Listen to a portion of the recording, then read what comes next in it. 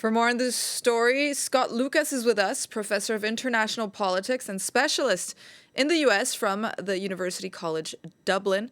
Scott, the U.S. just very closely avoided a government shutdown.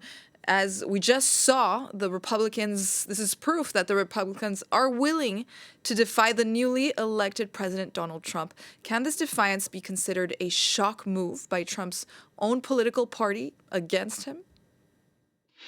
I think what you've seen is the skirmish before the battle in 2025, because remember, Donald Trump isn't even president yet.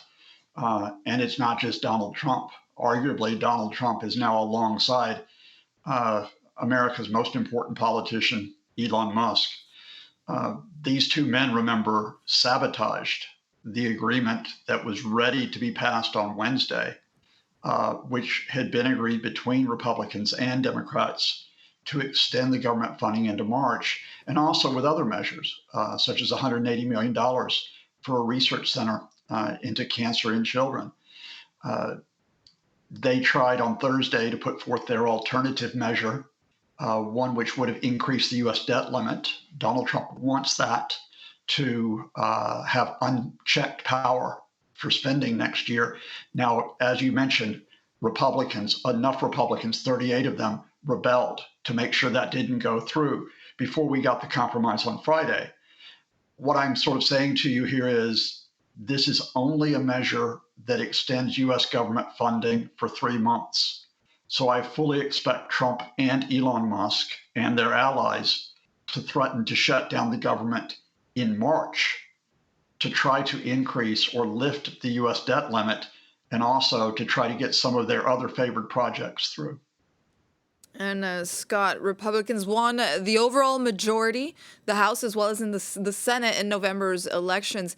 Many fear that this will give Donald Trump a clear path to pass legislation. However, this shutdown gamble might have been a wake-up call for Donald Trump. Does this show that his power actually has limits? He can't go unchecked? I think you summarized this very well, but what we are facing here is a double battle. The broader battle is, again, Donald Trump and Mr. Musk want to tear down the US system. They want to bend American agencies to their will. They want to put their own political appointees, for example, in charge of the Justice Department to undermine its work, the FBI to undermine its work. The defense secretary is threatened, or the proposed defense secretary threatening to fire generals and admirals. So this is a battle almost between a wannabe autocracy and the US system. Within that battle, you're talking about the battle for the soul of the Republican Party.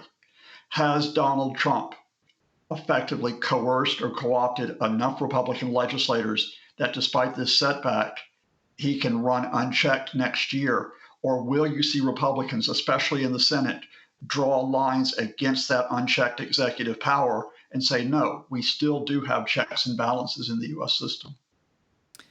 And as you said, this is a preview of the friction to come with U.S. policy making. Do you think it's a preview, or even will it be a reality, a strong reality, with Trump in charge, especially with Elon Musk as a top advisor to the newly elected president? Now, let us be clear here that when Donald Trump said, I will act like a dictator on day one if I return to the White House, he was not joking. He was effectively saying there should be no check on my powers.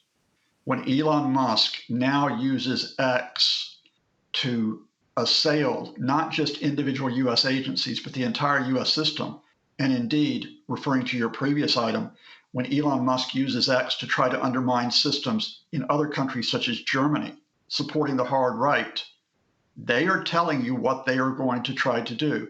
There will be individual measures, such as the proposal to deport millions of people from the United States. Will Republicans accept that? There will be measures to completely strip away health and safety regulation in the United States. Will Republicans accept that? These are unanswered questions because we're in unknown territory. Every president up to now in America, whether or not you agree with their policies, plays within the rules of the system.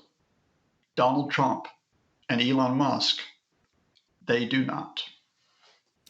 And further on Elon Musk, what role do you think he played in all of this? That of the chaos agent, perhaps? I mean, I just will refer to you in terms of what happened on Wednesday when we had this deal, that was agreed, bipartisan deal to keep the U.S. government open, to keep it funded. It was Elon Musk that came out against it initially with this barrage of tweets saying government can't spend money this way. This is terrible. Any Republican who supports this is turning against the party. And it was then that Donald Trump came in the afternoon and said, yes, this is a terrible deal. I'm going to disown any Republican who supports it, and insisted at the same time on lifting the debt ceiling. Now, did Trump know in advance that Elon Musk was going to do this? Was this coordinated? Or was in fact the driver of this Elon Musk?